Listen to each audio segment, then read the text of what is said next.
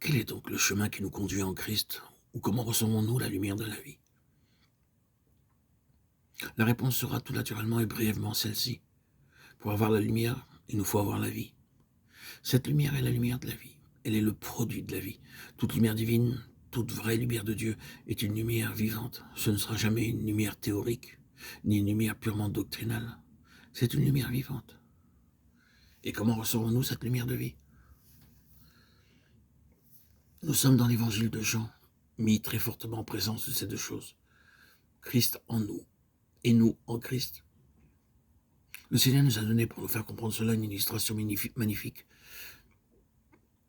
qui se trouve dans le chapitre 12e de Jean. Qu'est-ce donc être en Christ? Qu'est-ce donc avoir Christ en nous?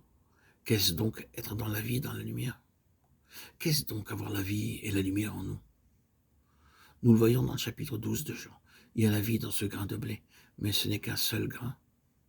Je voudrais que la vie qui se trouve dans ce seul grain entre dans toute une multitude de grains, dans des grains assez nombreux, pour couvrir toute la terre. Comment vais-je le faire? Eh bien, dit le Seigneur, mets-le en terre, qu'il tombe en terre, et qu'il y meure, qu'il tombe dans la terre noire et que la terre le recouvre. Qu'est-ce qui va se passer? Il commencera aussitôt à se désintégrer, à se désagréger, à se dissoudre, quant à sa propre vie solitaire, individuelle et personnelle. Bientôt, un germe sortira de terre, et une tige apparaîtra. Enfin, il y aura un épi lourd de grains de blé.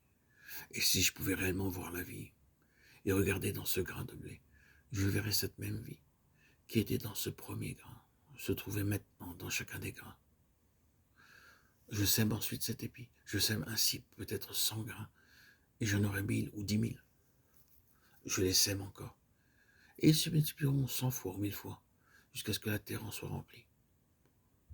Et si je pouvais regarder avec un verre grossissant dans chacun de ces millions et de ces millions de grains, et que la vie soit quelque chose de visible à l'œil, je verrais que cette même vie originelle est devenue la vie de chacun d'entre eux.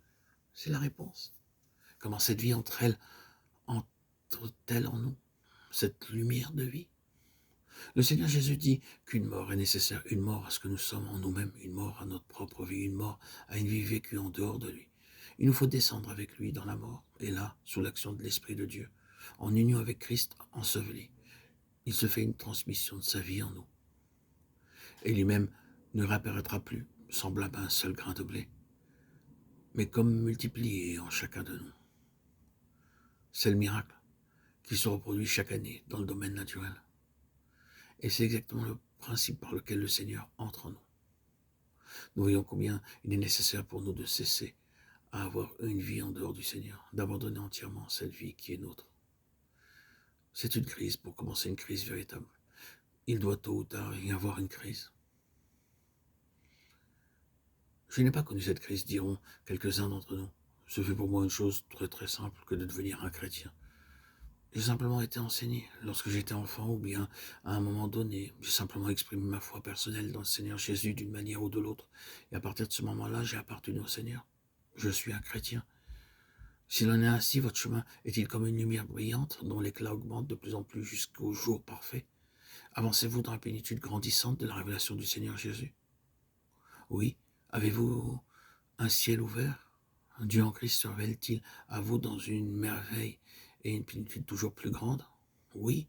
Je ne dis pas que vous n'apparteniez pas au Seigneur, mais je dis que la base inaltérable d'un ciel ouvert, c'est une tombe et une crise pour laquelle nous arrivons à la fin de notre propre vie personnelle. C'est la crise où nous faisons l'expérience réelle de notre identification avec Christ dans sa mort, non pas maintenant pour nos péchés, mais en ce que nous sommes par nous-mêmes. C'est de cela que dépend notre ciel ouvert. C'est une crise. Et cette crise a été l'expérience de plus d'un ou deux d'entre nous. La vérité, c'est que nous étions des enfants de Dieu, nous connaissions Christ, nous étions sauvés, nous n'avions aucun doute à cet égard. Mais le moment est arrivé où le Seigneur, la lumière de la vie, nous a montré qu'il était mort, non seulement pour porter nos péchés en son corps sur le bois, mais qu'en sa personne, il monta sur la croix comme notre représentant dans la totalité entière de notre vie naturelle, pour la mettre de côté. Ce fut l'homme, et non seulement ses péchés, qui alla à la croix en Christ. Cet homme, c'est vous. Cet homme, c'est moi. Cet homme, c'est vous et moi. Oh frères et sœurs en Christ, nombreux sont ceux qui, après avoir été chrétiens durant des années, sont arrivés à cette crise terrible de leur identification avec Christ, comme homme, comme femme, comme une partie de la race humaine. Non seulement comme des pécheurs, mais comme une partie de la race, en tant qu'homme naturel, bien que régénéré, mais homme naturel, tout ce que nous sommes par notre vie naturelle. Nous sommes arrivés à cette crise. Plusieurs d'entre nous, et à partir de ce moment, tout a été sur un vaste plan, un plan beaucoup plus vaste qu'il ne l'avait jamais été dans notre vie chrétienne. Il y a eu le ciel ouvert, la vision élargie, la lumière de la vie, dans un sens beaucoup plus grand. Comment cela se fait-il? Tout simplement ainsi. Et cette crise est nécessaire pour chacun d'entre nous. Si nous ne l'avons pas traversée, demandons au Seigneur de nous y amener. Mais remarquons-le bien, si nous voulons réellement que la croix agisse dans notre vie, nous demandons quelque chose, nous demandons une expérience de réelle détresse, car comme nous venons de le dire, cet homme naturel meurt difficilement, il se raccroche avec ténacité, il n'aime pas être mis de côté. Regardons le grain de blé lorsqu'il est tombé en terre, voyons ce qui lui arrive. Pensons-nous que ce soit plaisant? Qu'est-ce qui se passe? Il perd sa propre identité, personne ne peut le reconnaître. Sortons-le et considérons-le. Est-ce bien là le joli petit grain de blé que j'avais mis en terre? Quelle chose vilaine il est devenu. Il a perdu toute sa propre identité. Il a perdu sa propre cohésion. Il est en train de se désagréger. Que c'est affreux. Oui, c'est là ce que fait la mort. Cette mort de Christ, à mesure qu'elle s'accomplit en nous, brise notre propre vie naturelle. Elle la désintègre. Elle la désagrège. Elle en enlève toute la beauté. Nous commençons à découvrir que, somme toute, il n'y a en nous rien que corruption. C'est la vérité. En tombant en terre, nous perdons toute cette beauté qui était là peut-être au point de vue naturel et comme le voyaient les hommes. Ce n'est pas chose plaisante que de tomber en terre et mourir. Et c'est ce qui arrive.